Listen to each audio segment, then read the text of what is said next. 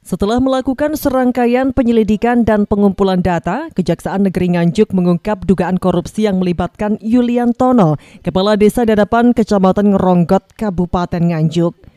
Dari hasil penyelidikan, terungkap adanya dana desa sebesar 400 juta rupiah yang ditransfer ke rekening pribadi Kades. Dana itu seharusnya digunakan untuk pembangunan infrastruktur desa, namun digunakan di luar perencanaan. Ada juga penggunaan dana yang dialihkan ke proyek yang tidak sesuai dengan perencanaan APBDes. Terkait isu transfer dana 700 juta rupiah ke rekening sekretaris desa, Kejaksaan menegaskan dana tersebut adalah transfer dana desa dari Pemkab Nganjuk ke rekening resmi desa, bukan ke rekening pribadi.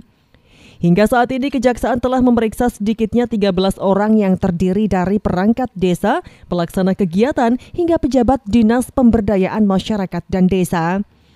Kejaksaan juga telah meningkatkan status penanganan kasus ini dari penyelidikan ke penyidikan. Seperti itu. Nah, untuk perkembangannya dapat kita sampaikan beberapa hal ya.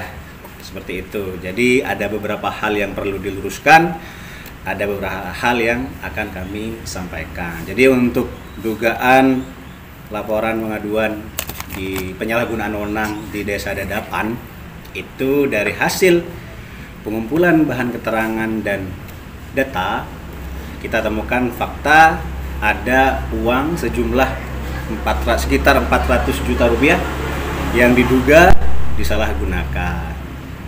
Dan seperti yang kita ketahui bersama, dari tata cara pelaksanaan pengelolaan keuangannya sudah salah.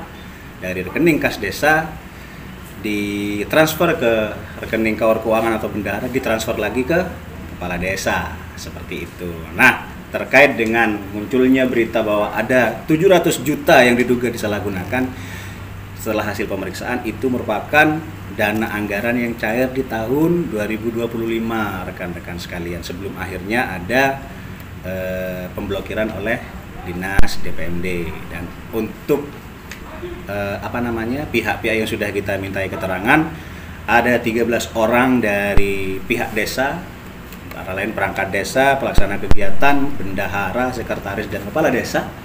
Kemudian 2 orang dari Dinas PMD yang merupakan leading sektor dari pemberdayaan desa.